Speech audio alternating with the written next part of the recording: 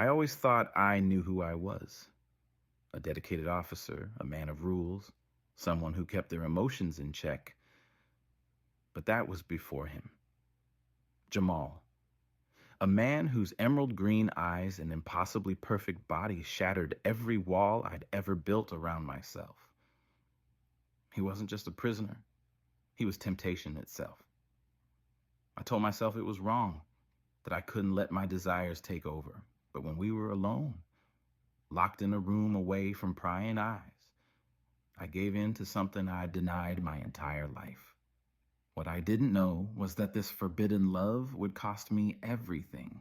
The metallic clang of the cell doors was a sound I had grown used to over the years. My name is Eric Marshall, 30 years old, and for as long as I can remember, I've buried the truth about who I really am. Working as a corrections officer meant control and discipline, and those traits defined my life. Or so I thought, until that day. As I walked down the cold, dimly lit corridor of cell block D, my eyes scanned each cell with the same detached professionalism I had mastered. But when I reached cell 214, everything changed. Jamal Davis, the newest inmate. He was leaning against the wall of his cell, his sculpted arms crossed over his chest, his shirt unbuttoned just enough to reveal a body that looked like it had been carved from stone. But it wasn't just his physique that caught my attention. His eyes, green, piercing, and impossibly captivating, met mine and held me there, frozen in place. He didn't look angry or defeated like most inmates. No, Jamal exuded confidence, like he owned the room, even behind bars. "You're the new guy around here, huh?" he said, his deep voice reverberating through the air. "I'm not new," I replied quickly, trying to keep my tone neutral. But my hands tightened around the clipboard I held, betraying my nerves. Jamal smirked, a slow, deliberate curve of his lips that sent a shiver down my spine. "Sure doesn't seem like you've been here long. You look fresh." I didn't answer, forcing myself to look away and continue my rounds. But the image of him stayed with me long after I walked past his cell. It wasn't just his looks. It was the way he carried himself, the way his voice lingered in my mind like a forbidden melody. Over the next few days, I found myself walking past his cell more often than necessary. I told myself it was part of the job, but deep down, I knew the truth. Jamal had gotten under my skin in a way no one ever had before.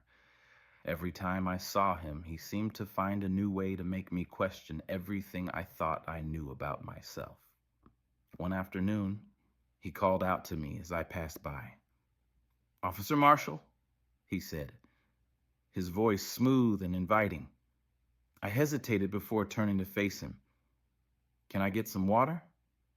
I nodded, grabbing a cup from the nearby cooler and handing it to him through the bars. As he took it, our fingers brushed for a split second, and the jolt of electricity that shot through me was impossible to ignore. "Thanks," Jamal said, his lips curving into that same knowing smile. "You're not like the others, are you?" "What's that supposed to mean?" I asked, my voice harsher than I intended. "Just an observation," he said, his green eyes boring into mine. "You've got something different about you, Officer Marshall. I can tell." I walked away quickly, my heart pounding in my chest. That night, as I lay awake in bed, I couldn't stop thinking about him. Jamal wasn't just a prisoner. He was a spark, a temptation, a crack in the carefully constructed facade I had spent years maintaining. And I was starting to wonder how long I could keep myself from falling through. The days blurred together in a haze of routine and unease. Every shift, I told myself to keep my distance, to stop letting Jamal get under my skin. But it was impossible. His presence loomed over me like a shadow, and every interaction only deepened the pull I felt toward him.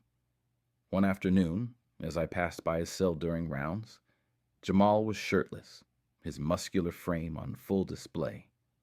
He leaned against the bars casually, like he knew exactly what effect he had on people. On me. "Eric," he said, his voice low and inviting, using my first name this time. It sent a chill down my spine. "You look tired. You okay?" "I'm fine," I replied curtly, trying to sound detached. But my eyes betrayed me, glancing over his broad shoulders and defined chest before I could stop myself. "Fine, huh?" he said, smirking as if he'd caught me red-handed. "You should take a break. Let someone else patrol for a bit." "I don't take advice from inmates," I snapped, trying to regain control. He laughed softly, a rich, warm sound that felt out of place in the cold, sterile environment of the prison. "Whatever you say, officer."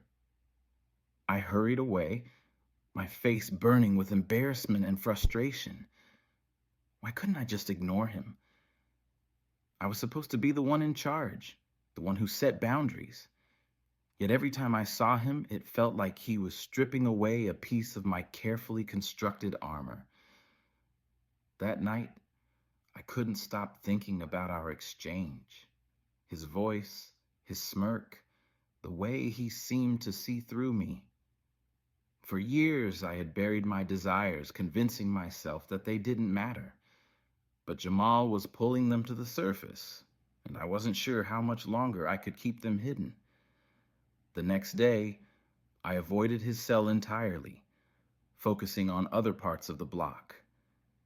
But it didn't take long for Jamal to find a way to get my attention. As I escorted a group of inmates to the yard for their daily exercise, he fell into step beside me, his presence impossible to ignore. "Don't think I didn't notice you avoiding me," he said, his tone light but his eyes serious. "I wasn't avoiding you," I lied, keeping my gaze fixed straight ahead. "Sure you weren't," he said, his voice dripping with sarcasm. "But it's okay. I get it. It's not easy, is it?" "What are you talking about?" I asked, finally turning to look at him.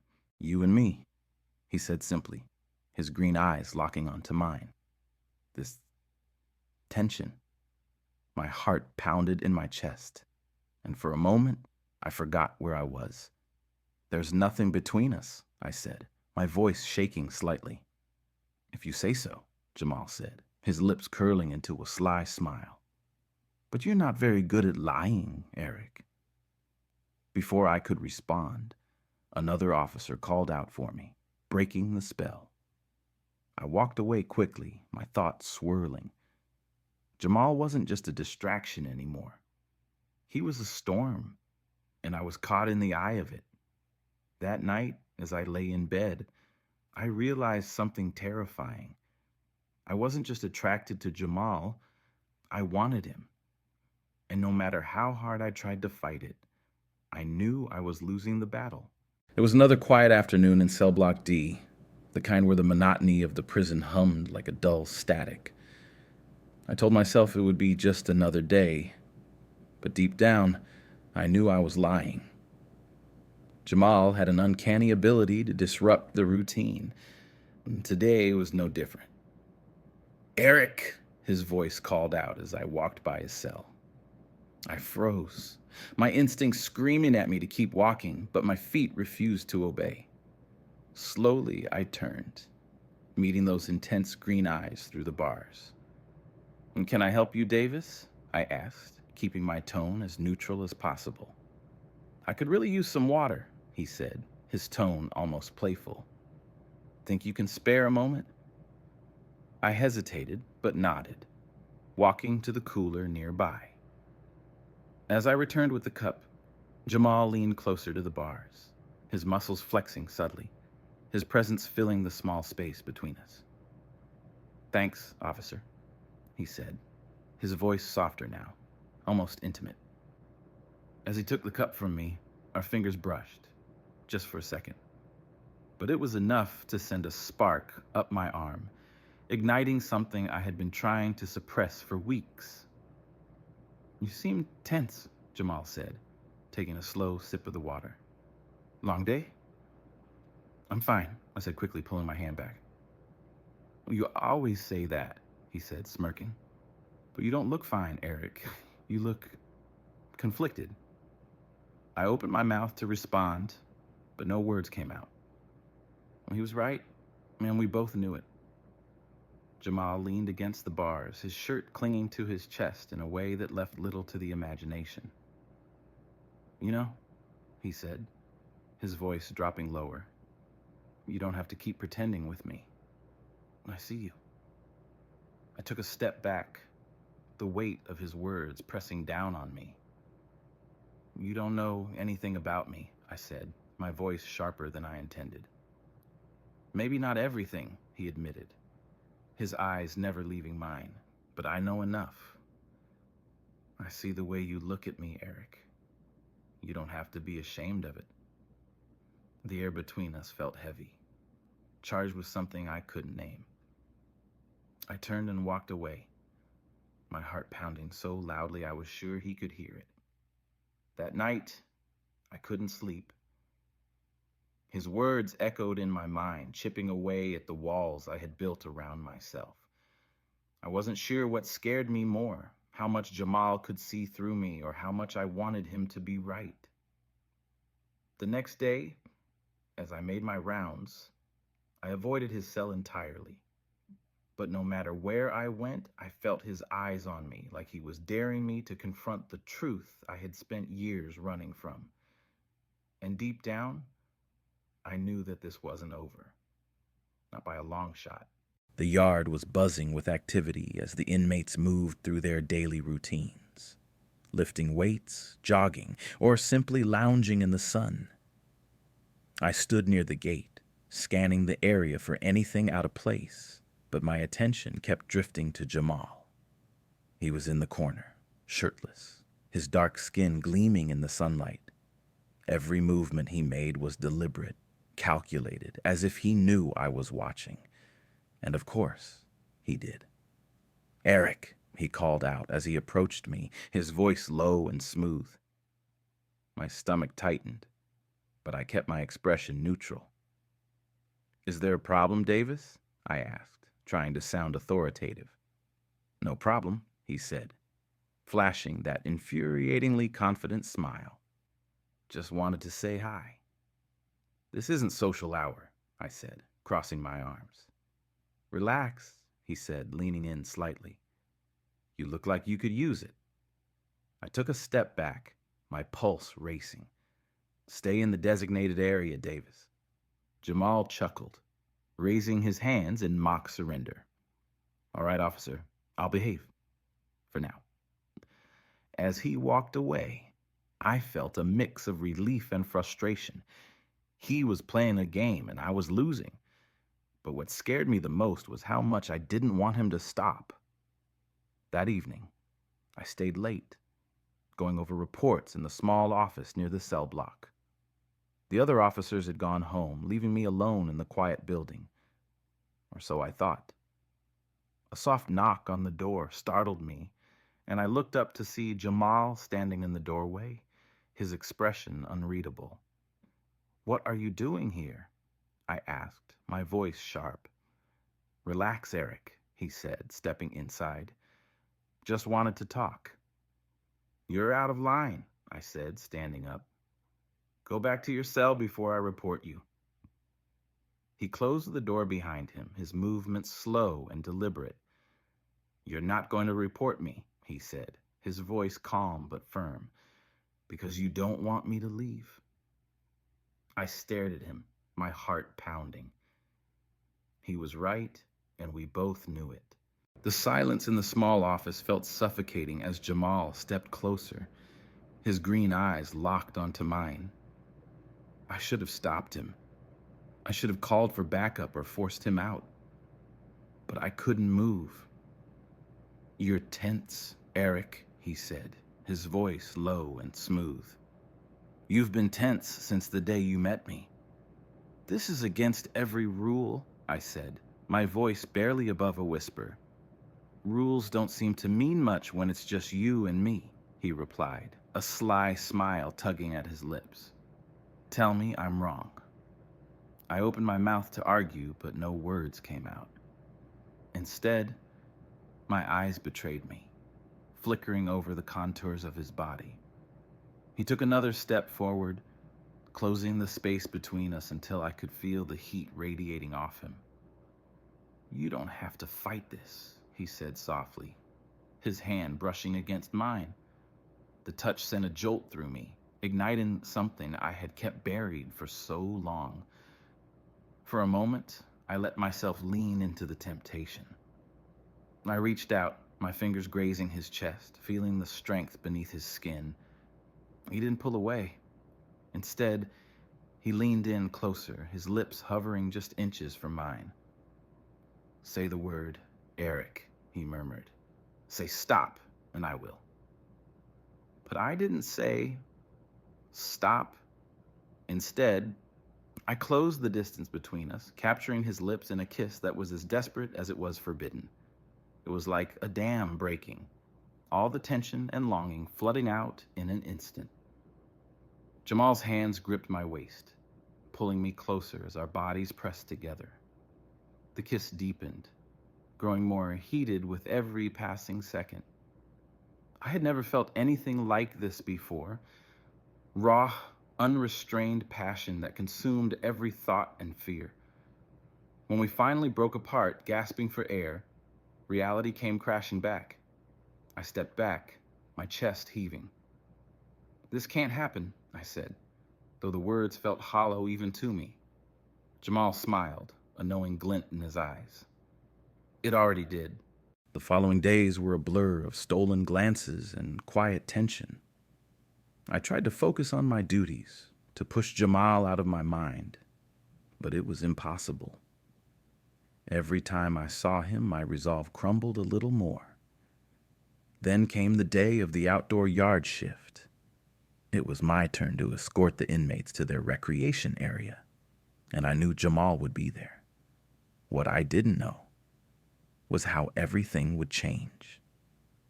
As the inmates filed into the yard, Jamal lingered near the back of the group. I could feel his eyes on me, and when our gazes met, he gave me a small nod, a signal. Stay in line, I said, my voice firm, though my heart raced. Jamal smirked but complied, following the group toward the yard. As we passed a small maintenance room on the way, he suddenly stopped, feigning a stumble. Officer, can I talk to you for a second? This isn't the time, I said, glancing around to ensure no one was watching. Please, he said, his voice low and urgent. Just a minute.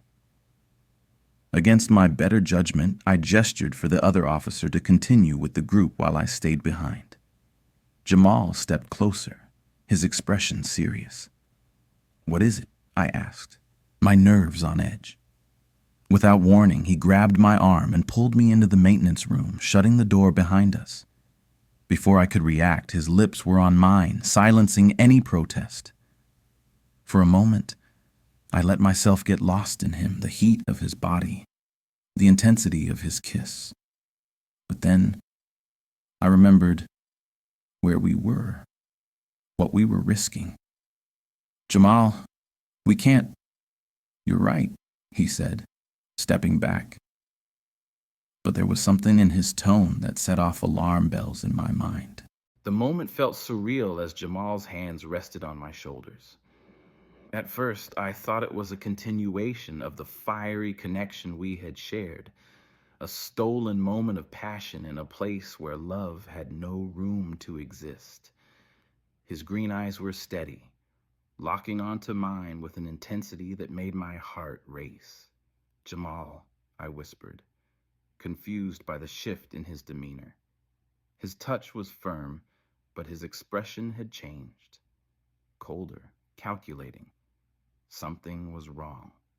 I didn't mean for it to happen like this, he said quietly, his voice devoid of the warmth I had grown used to. But you've left me no choice. Before I could respond, he spun me around, pressing me against the wall.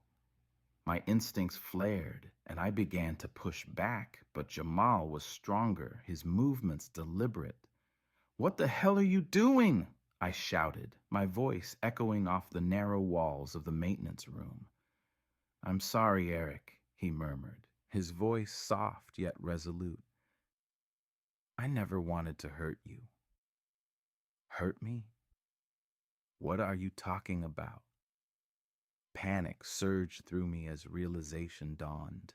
With a swift motion, Jamal grabbed a roll of duct tape from a nearby shelf and used it to secure my wrists behind my back. I struggled, but his grip was unrelenting. My mind raced, trying to make sense of what was happening. The man I had shared my deepest secret with, the one I thought I could trust, was betraying me in the most devastating way. "Jamal, don't do this," I pleaded, my voice cracking. "You don't have to." "I don't have a choice," he interrupted, cutting me off.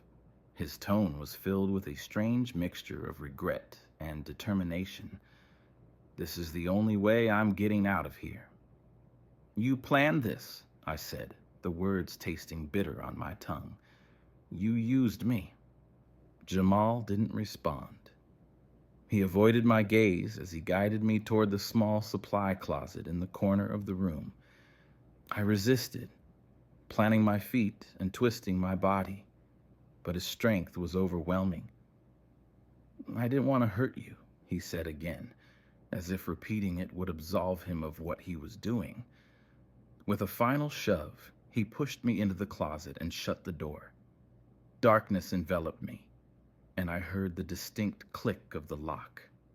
I threw myself against the door, my shoulder slamming into the cold metal, but it didn't budge.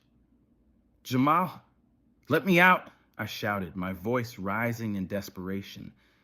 Outside, I heard him moving quickly, the sound of his footsteps growing fainter.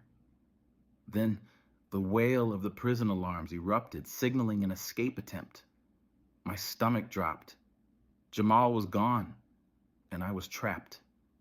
I slumped against the door, my breathing ragged. How could I have been so blind? The man I had fallen for, the one who had awakened something inside me that I had kept buried for years, had played me, and I had let him. Minutes passed like hours as I sat in the cramped, dark space.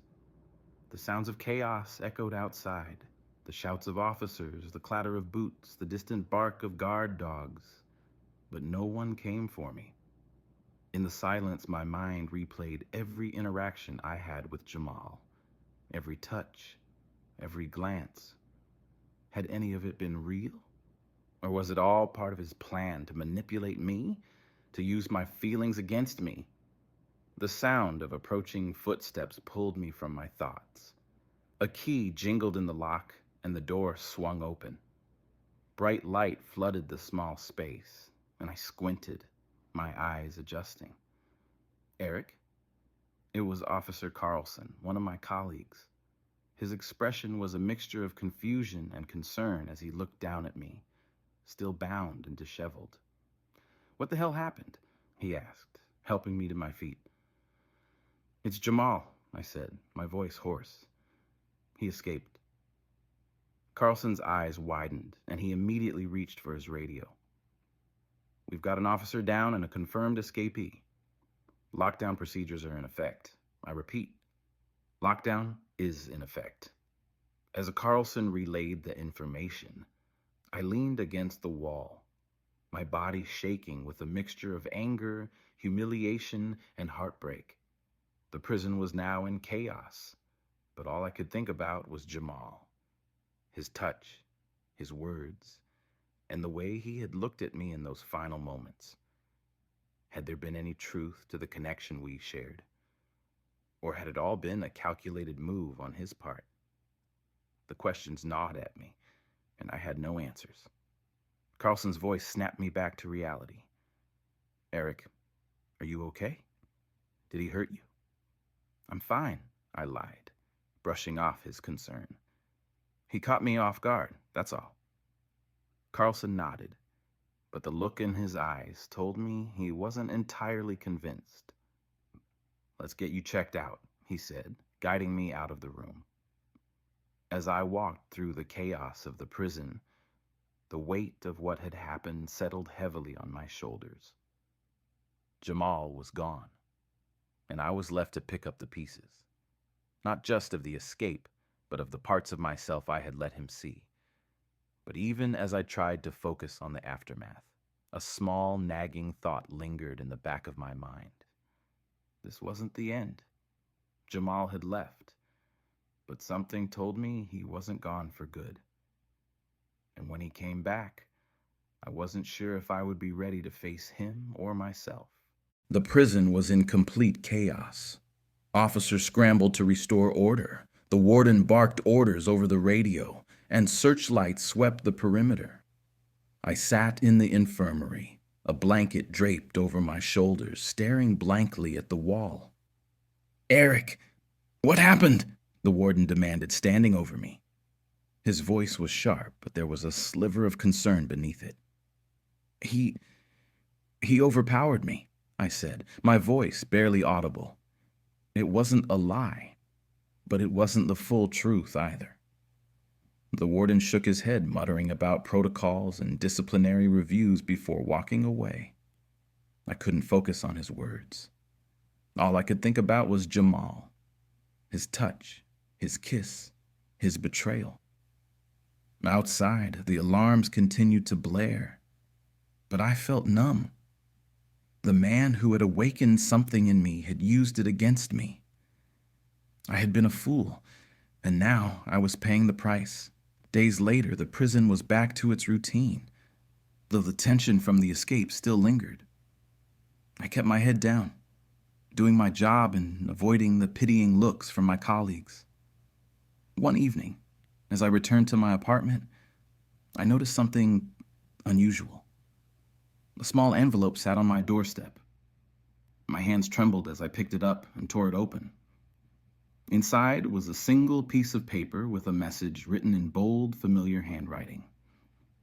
"This isn't over, Eric. I'll be waiting." My heart stopped. Jamal wasn't just gone. He was out there, somewhere. And he wasn't done with me. I folded the note carefully, my mind racing with a mix of fear and anticipation. Deep down, I knew this was far from the end. Our story was only just beginning. This story explores the complexity of forbidden desire, betrayal, and the blurred lines between duty and vulnerability. Eric's journey reflects the struggle of self-discovery and the cost of letting someone into your heart in the most unexpected circumstances. Jamal's actions, though calculated, leave us questioning his motives.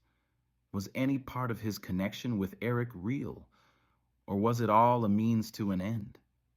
The tension, passion, and ultimate betrayal create a story that's as heartbreaking as it is compelling, leaving us eager to uncover what happens next. Hey, what did you think of today's story? We really want to hear your thoughts, so go ahead and write your opinion in the comments.